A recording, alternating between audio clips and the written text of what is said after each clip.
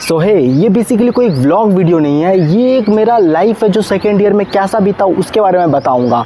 And चलिए इसको starting से स्टार्ट करते हैं। बेसिकली जब फर्स्ट ईयर की छुट्टियां कंप्लीट हुई थी तो फिर मैं आई थिंक मैं 1 मंथ लेट आया था। यस, मैं घर से 1 मंथ लेट आया था क्योंकि मैं वेस्ट बंगाल में रहता हूँ, तो मुझे थोड़ा आने जाने में प्रॉब्लम, और मैं साल में 1 ही बार आता हूँ, तो फिर जाता हूँ घर सॉरी। तो फिर वही हुआ था कि मैं 1 मंथ लेट आया था, लेकिन आते ही कुछ ऐसा हो गया कि मैंने सोचा भी नहीं था। सो आते ही मैम ने मेरे को फटकार लगाई कि इतना जल्दी क्यों आ गए, थोड़ा और लेट से आते, क्योंकि मैंने 3 लैब मिस कर दी थी, लिटरली 3 लैब मिस की। तो ये एक one of the biggest problem था मेरे लिए तब मैम को काउंटर करना। खैर कोई बात नहीं, मैम तो मान गई थी, लेकिन उसके बाद उससे बड़ी प्रॉब्लम आ गई।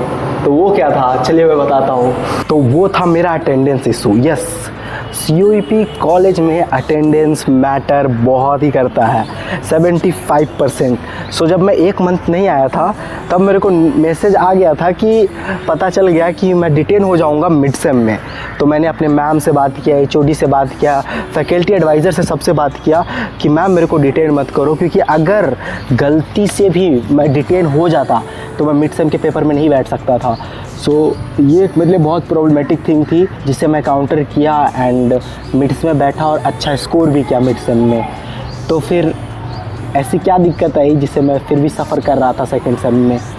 तो ये इतना बुरा है, इतना बुरा एक हर स्टूडेंट रिलेट कर पाएगा कि मैं क्या बोलना चाह रहा हूँ, और वो है एक स्टूडेंट का लेज़ीनेस। यस, एक स्टूडेंट इतना लेज़ी हो जाता है कभी कभी रूम में बैठे बैठे। जब मेरा मिड सेम ख़त्म हुआ तब मैं काफ़ी मोटिवेटेड था कि यस मैं काम करूँगा, लेकिन एट दैट टाइम मैं इतना लेज़ी हो गया था कि मैं बेड से उठता नहीं था, दिन भर नेटफ्लिक्स देखना, और मेरा यूट्यूब से भी कंसिस्टेंसी हट गया था, और मैं अब बहुत ज़्यादा डिस्ट्रैक्टेड फील करने लगा था।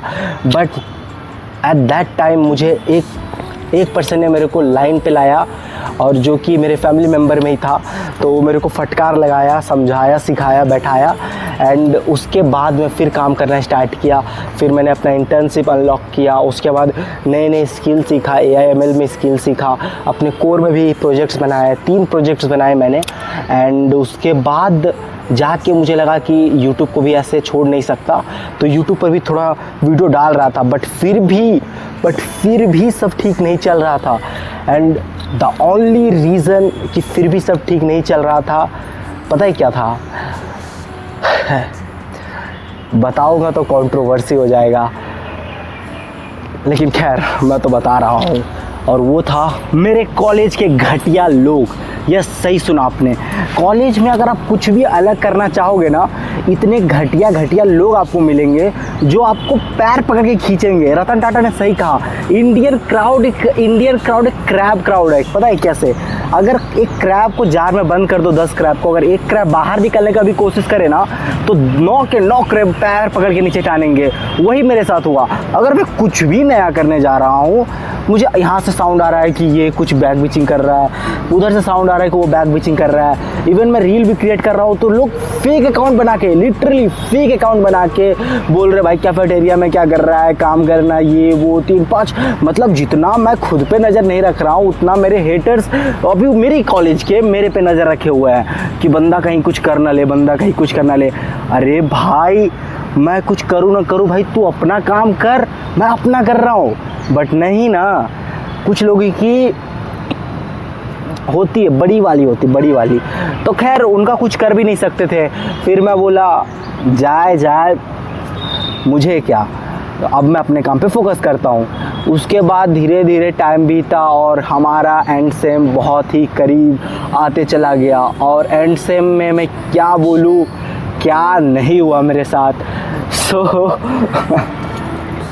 And same is one of the craziest thing जो मेरे साथ होता है एक्चुअली।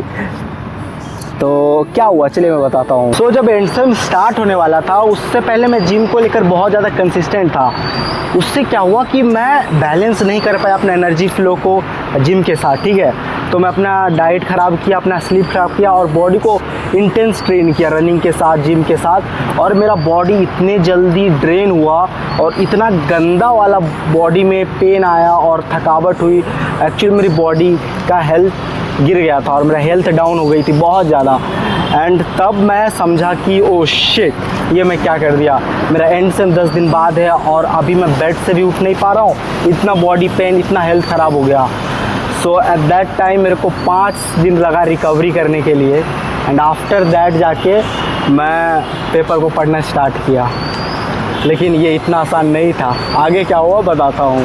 बेसिकली फिर क्या हुआ, एक्चुअली द थिंग इज़, उसके बाद मेरे सबमिशन आ गए थे और मैंने दिन रात जग के मर मर के सबमिशन कंप्लीट किया। हाँ, कुछ सबमिशन बहुत लेट कंप्लीट किया, बट भाई उस तबीयत ख़राब में जब मैं लिखा, उठ के पढ़ना स्टार्ट किया ना, मेरे को यमराज के दर्शन हो गए थे एक्चुअली। क्योंकि अगर पता है ना, अगर मैं लैब का सबमिशन ना करूँ तो पक्का है कि वो सब्जेक्ट फेल ही हो जाएगा। क्योंकि अगर आप थ्योरी पास भी कर लो, अगर लैब फेल हो गए तो उसमें आपका बैक लग जाता है पक्का। तो फिर आपको तैयार रखना होता है सबमिशन सारे। और एज़ यू नो कि मैं तो लास्ट टाइम पे ही करता हूँ सब, तो वो मुझे लास्ट में भुगतना पड़ा भी।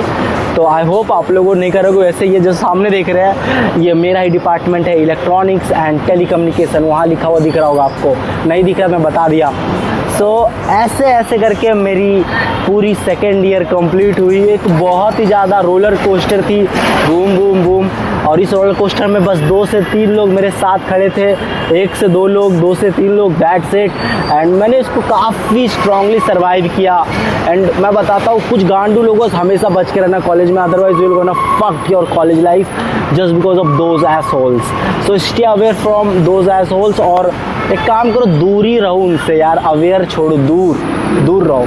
सो ऐसे कटी मेरी सेकेंड ईयर।